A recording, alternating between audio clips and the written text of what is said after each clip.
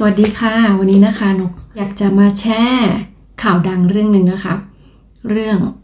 กะทิไทยไกลทั่วโลกนะคะตอนนี้นะคะที่ UK ก็ได้แบน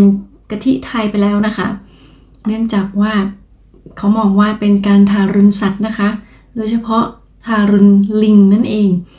ให้ลิงปีนต้นไม้ไปเก็บมะพร้าวนะคะก็คือเป็นการทารุณกรรมสัตว์คือในส่วนตัวนกนะคะก็ไม่แน่ใจว่ามันถูกหรือผิดนะคะถ้าเจ้าของลิงเนี่ยทารุณกรรมลิงจริงๆนะคะมันก็คงไม่เป็นการสมควรที่จะ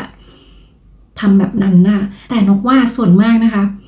คนที่เป็นเจ้าของลิงน่าจะเลี้ยงดูแลลิงอย่างดีถูกไหมคะ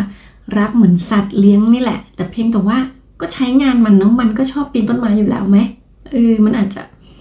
ให้มันออกกำลังกายแบบนี้เนาะไม่ใช่เป็นการทำงานน่ะเป็นการออกกำลังกายแบบนี้หรือเปล่าคะนกก็ไม่แน่ใจเพราะว่านกก็ไม่ใช่ลิงนกก็ไม่รู้ว่ามันชอบปีนต้นไม้ไหมแต่ตามหลักเราก็เชื่อว่าลิงมันชอบปีนต้นไม้เนาะที่นกอยากจะถามผู้ชายคนนึงใกล้ๆนกนี้นะคะว่าเขาคิดยังไงเซอร์ไพรส์นึงเขาไม่ได้ตั้งตัวนะคะว่าเขาจะต้องมาพูดตรงนี้คุณคิดยังไงคะที่ว่า UK แบนกะทิไทยเนี่ยดิฉันก็จะทำแกงเขียวหวาน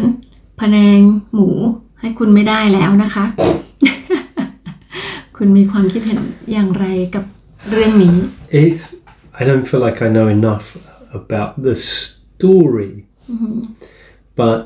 from what I've read there is an outright ban just because they're using monkeys to pick the coconuts, right? My first reaction is as humans we use working animals Exactly in lots of different circumstances in lots of different places. We use blind dogs to help those that can't see. นั่นน่ะสิคะใช่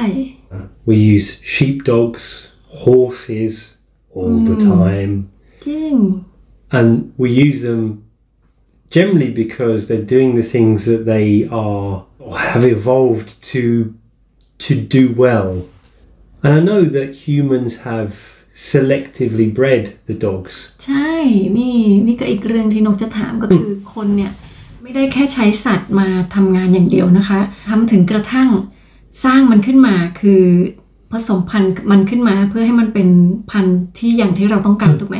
Yeah, we have genetically engineered animals to service us. นั่นน่ะสิใช่ Like, surely that's worse than having a monkey climb a tree and pick a coconut. ใช่นี่นะคะถ้านกจะขออนุญาตแปลไหมต้องแปลไหมเนี่ย ก็เขาก็บอกนะคะว่าเขาก็ไม่รู้เรื่องลึกนะคะแต่ว่าครั้งแรกที่รู้เรื่องนี้ก็คือก็คิดเหมือนกันว่ามันเป็นปกติที่เราเนี่ยใช้สัตว์ทำงานอยู่แล้วนะคะกระทั่งม้าแกะหมาใช่ไหมคะเราใช้หมาไล่แกะ I mean, we use animals. We use animals. We use cows for milk and meat and everything else. We use chickens for eggs. But like to actually do work for us, things normally we use dogs or horses or things like that. ปกติเราก็ใช้สัตว์อยู่แล้วใช่ไหมทุกอย่างกินด้วยกินนมมันกินนมวัวกินเนื้อแกะอะไรแบบนี้แต่ถ้าเราในพูดถึงในการใช้มันทำงานเนี่ยเราก็ใช้ม้ากับหมาใช่ไหมคะที่นี่เป็นหลักจนที่หนักกว่านั้นก็คือเราอะสร้างมันขึ้นมาเพื่อให้มันทำงานให้เรานะคะเสิร์ฟเรานะคะบริการเราในทุกอย่างเรากินมันด้วยนะคะเราใช้งานมันด้วยก็เลยไม่รู้ว่าทำไมกับเรื่องลิงนี่นะคะมันก็เป็นเรื่องเดียวกันถ้าจะพูดถึงถูกไหมคะถ้าจะแบนลิงถ้าจะแบนการใช้งานลิงการทำงานของลิงการปีนต้นไม้ของลิงก็ควรจะแบน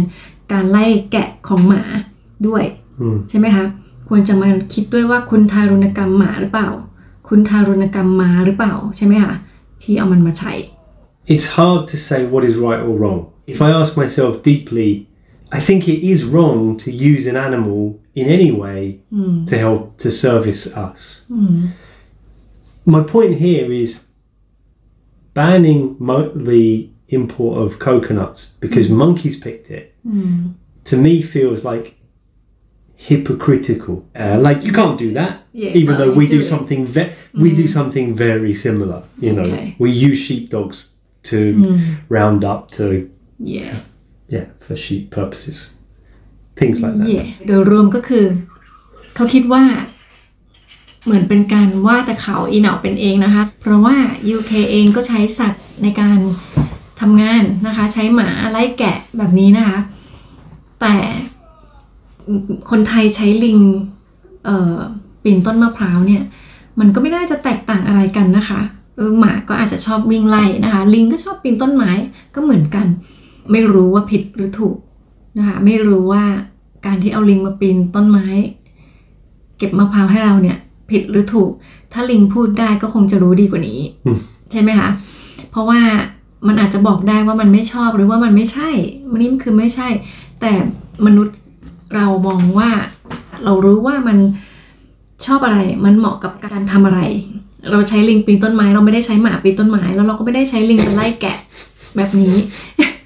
ใช่ไหมคะอันนั้นก็อาจจะเรียกว่าใช้ผิดวิธีหรือเปล่านะคะ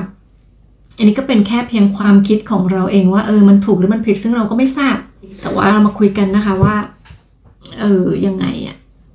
ที่นี่ก็ใช้หมาเพื่อช่วยคนพิการด้วยถูกไหมคะนกก็ค่อนข้างจะเห็นใจหมาพวกนี้นะคะเพราะว่ามีความรู้สึกว่าตามสัญชาตญาณของเขาเนี่ยหมาก็ควรจะวิ่งเล่นหรือว่าจะกินอะไรแบบนี้ไม่ควรจะมาแบบนำทางคนนะคะเขาเทรนให้นำทางคนตาบอดเนาะ One thing though is about regulation. Like regulation means like there are very, very strict, like there are rules and guidelines on how to do something. Like if you, let's say for example, if you own a working animal in the UK, you have to follow certain rules and regulations to make sure that the animal is cared for. So now it's depend on Thailand law. Yeah, I mean, if are the monkeys treated well? Are they mistreated? Like, I'm sure there are many farmers in Thailand that treat the monkeys very, very well, look after them really well. Yeah. But I'm sure they're like her kids, Yeah. basically. But I'm sure Because there they're are like humans. I'm sure there are others that don't. But the thing is, there's not really any, as I understand it, there's no regulations in place to be able to assess or to know if the monkey is being treated right or wrong. I don't know if there's any guidelines that they have to follow. And you know, I understand that, like comparing, say, the UK to Thailand, I know that the UK has got a lot, you know, it's quite good with regulations and stuff, you know, and you know that those regulations are being upheld. You know, of course, people do things badly and wrong. They don't follow the rules here. Of course they do. But there are very strict regulations in place in the UK about animal welfare. In Thailand, maybe not. So maybe that's the difference. So I understand that ก็สรุปก็คือที่นี่นะคะที่ UK ก็เขามีกฎหมายที่ค่อนข้างจะชัดเจนกฎที่แน่นอนว่าคุณต้องดูแลมันยังไงดูแลมันดีหรือเปล่านะคะมันค่อนข้างจะเคลียร์นะคะแต่ว่าที่เมืองไทยเนี่ยไม่รู้แล้วก็ไม่แน่นะคะมันอาจจะเป็นเหตุผลหนึ่งที่ทำให้ UK แบนเพราะว่ามันไม่สามารถที่จะสืบค้นได้ว่าเมืองไทยนะคะคนไทยที่เมืองไทยที่ดูแลลิงเนี่ยดูแลลิงดีจริงหรือเปล่าแบบนี้นะคะใช่ไหมคะก็เขาก็เลยคิดว่ามันอาจจะเป็นเหตุผลหนึ่งที่ด้วยความที่กฎหมายดูแลสัตว์ของบ้านเราเนี่ยมันไม่ชัดเจนหรือมันไม่เคลียร์มากพอที่จะทำให้เขารู้ได้ว่าเราเนี่ยไม่ได้ทรมานมันก็เลยอาจจะน่าจะเป็นอย่างนั้นก็ได้ใช่ไหมคะซึ่งก็ไม่มีใครรู้นะคะก็